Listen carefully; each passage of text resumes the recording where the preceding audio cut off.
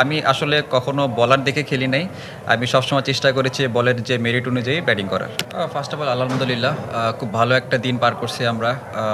আমাদের প্ল্যানিং এটাই ছিল যে ১ম সেশনটা কিভাবে আমরা কাটাইতে পারি। তো ওরাও অনেক ভালো বোলিং করছে। তো আমাদেরও চেষ্টা ছিল যে আমরা এক্সট্রা কিছু করব না। আর দিন শেষে আমার যে বললেন সেকেন্ড টেস্টে একটা সেঞ্চুরি সত্যি অনেক ভালো লাগার একটা মুহূর্ত আমার। এরকম মনে পড়ে নাই বাট সেঞ্চুরিটা যেহেতু অবশ্যই স্পেশাল আমি আমার বাবা-মার জন্য এটা দিতে চাই আরকি। কংগ্রেচুলেশনস রাজীব। অস্ট্রেলিয়ার মাটিতে অস্ট্রেলিয়ান বোলারদের এগেইনস্টে সেঞ্চুরিটা বড় জিনিস নয়, বাট আপনি এখানে খেলে কতটা কমফোর্ট ফিল করেছেন বা কখনো টাফ টাইম গেছে কিনা আপনার ইনিংসে? অস্ট্রেলিয়ান বোলারদের মধ্যে কার বলটাকে আপনার সবচেয়ে ইজি মনে হয়েছে, কাকে টাফ মনে হয়েছে? আর যেহেতু ওরা নাম্বার 1 টিম, টাফ টাইম তো অবশ্যই দিবে। বাট আমার কাছে যেটা মনে হয়েছে ওদের এগেইনস্টে নতুন বলে খেলাটা একটু ডিফিকাল্ট ছিল। বাট আমরা চেষ্টা করেছি কীভাবে শট মিনিমাইজ করে স্ট্রাইক রোটেট করা যায় এবং চেষ্টা করেছি যে যাতে আমরা উইকেটের থেকে বাজে শট না খেলে কীভাবে একটা পার্টনারশিপ করা যায়। আপনি দেখবেন যে আমার শান্ত ভাইয়ের পার্টনারশিপ, আমার মমিনুল ভাইয়ের পার্টনারশিপ এবং মুশি ভাই, শান্ত ভাইয়ের পার্টনারশিপ অনেক ভালো ছিল, যেটা আসলে ভালো একটা রান করতে অনেক হেল্প করছে। আর যেটা বললেন যে ওদের আমি আসলে কখনো বলার দেখে খেলি নাই। আমি সবসময় চেষ্টা করেছি বলের যে মেরিট অনুযায়ী ব্যাটিং করার। তামিম, আপনি তো কালকে থেকেই খুব সাবলীল ব্যাটিং করছিলেন, আজকেও ব্যাটিং করছেন, সেঞ্চুরি করেছেন, দীর্ঘ সময় ব্যাটিং করেছেন।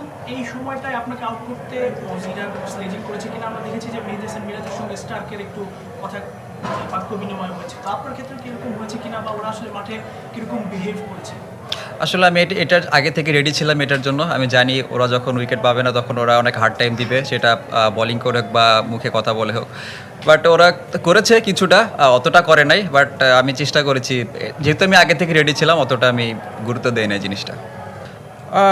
স্ট্যান্ডিং এটা আসলে দেখেন একটা ভালো লাগার একটা জায়গা। ভালো লাগছিল। এটাই হয়তো বা টেস্ট ক্রিকেটের সৌন্দর্য, সেটা আজকে ফিল হয়েছে। আর উইকেটটা নতুন বলে খুব ভালো ব্যাটে আসে।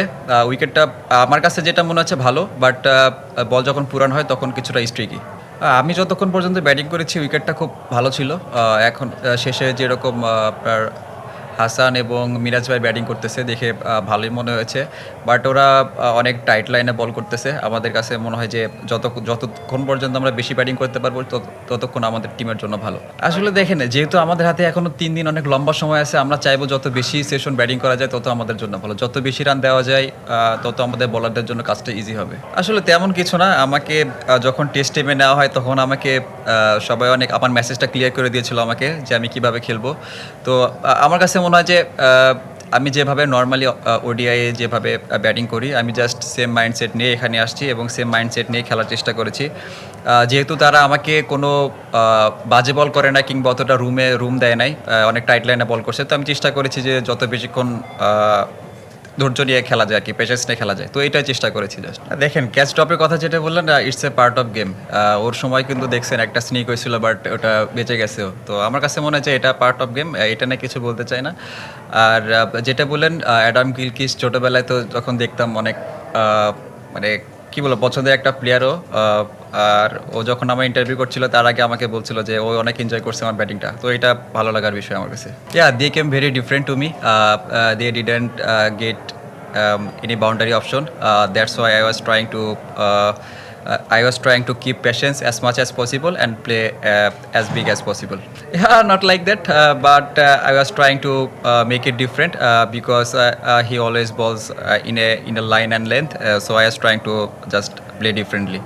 And just with the conditions of the pitch, do you think that the pitch has become a little bit flatter from when Australia was batting? Yeah, pitch. I think the pitch is getting better and better. Can you tell us what that moment was like when you brought up the century? Yeah, I can't describe in words, but it's very special for me.